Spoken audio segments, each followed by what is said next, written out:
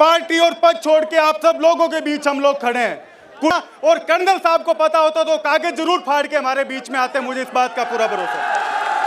हरीश जी और कर्नल साहब एक मंच पर थे तो मुझे समझ आ गया मामला बड़ा है। और जब मैंने राजनीति शुरू की उस समय कर्नल साहब हमारे आदरणीय कांग्रेस पार्टी में हुआ करते थे, मुझे इनके साथ काम करने का मौका मिला।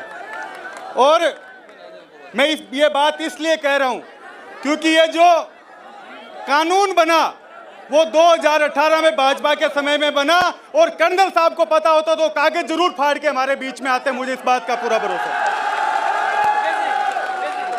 सत्ता से टकराने का हुनर अगर इस राजस्थान के किसान में नहीं है तो मैं समझता हूं कहीं भी धरती पर किसी आदमी में नहीं है।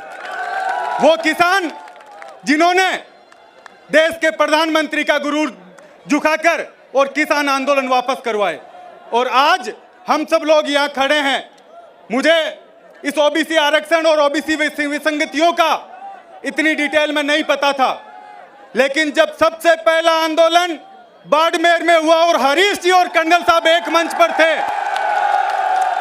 हरीश जी और कर्नल साहब एक मंच पर थे तो मुझे समझ आ गया मामला बड़ा है और हम सबको इनके साथ रहना चाहिए। आज इस मंच पर सभी पार्टियों के लोग यहाँ बैठे हैं। मैं आपको सिर्फ यही भरोसा दिलाना चाहता हूं कि जो जायज मांग हम सब लोगों की है, अब वो नहीं रहेगा कि सत्ता में बैठे लोग ये सोचें कि किसान के बेटे सिर्फ हल चलाएंगे और खेतों में रहेंगे। आज हम लोगों को पढ़ लिख कर उन कुर्सियों पर बैठना है। आज आईएएस का रिजल्ट आता है, लिस्ट में आप लोग देखोगे ओबीसी किसान के बच्चे कितने उसमें भागीदार होते हैं।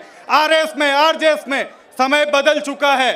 और अगर मैं इस मंच से इतनी बात कहना चाहूंगा, राजनीतिक बात आप लोगों के बीच में हम नहीं करना चाहते और नहीं आप लोग उस बात को सुनना चाहते हो। आज जब भी कोई युवा हम लोगों को घूमते हुए मिलता है जयपुर में, पहले किसान के पास दो काम होते थे अपने जीवन में, उन दो कामों को करते करते वो मर जाता था। या तो अपना घर बना पाता था और या अपने बच्चों की शादियां कर पाता था। लेकिन आज वो चाहे कर्जा लेना पड़े, चाहे जमीन गिरवी रखनी पड़े, अपने बच्चों को जयपुर भेजता है, दिल्ली भेजता है कि वहां जाकर ये बच्चा एक कमरे में रहेगा, कोचिंग की फीस भी भरेगा। और जब रिजल्ट आता है तो हम देखते हैं कि जो बच्चा टॉपर कर रहा है, सेकंड रह रहा है, वो भी उस लिस्ट में नहीं है। मैं आप सबसे इतना ही कहना चाहूंगा कि इस लड़ाई में पार्टी और पद छोड़ के आप सब लोगों के बीच हम लोग खड़े हैं। कुर्सी से कोई ज्यादा ताल्लुक, ज्यादा लालच नहीं है।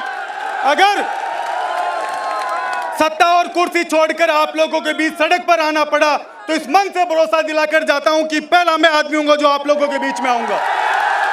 मैं पुनः राजा राम जी मील को, हरीश जी को, नरपत जी को, राजेंद्र जी को, कर्नल साहब को, दिव्या जी को, रामनिवास जी को, निर्मल जी को, बलजीत जी को और समस्त जो लोग इस मंच पर बैठे हैं उनको बहुत धन्यवाद देना चाहता हूं कि इन युवाओं की आवाज में आप लोगों के भागीदार बने।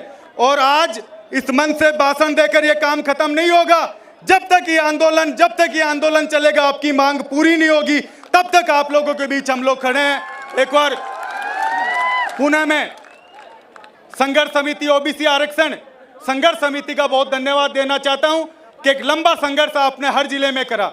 इससे पहले सरकार के सामने आप लोगों की मांग रखने का जहां भी वक्त आया हम लोग सब खड़े थे, लेकिन अब मांग छोड़कर संघर्ष में और आंदोलन में आप सब लोगों के बीच भागीदार बनेंगे।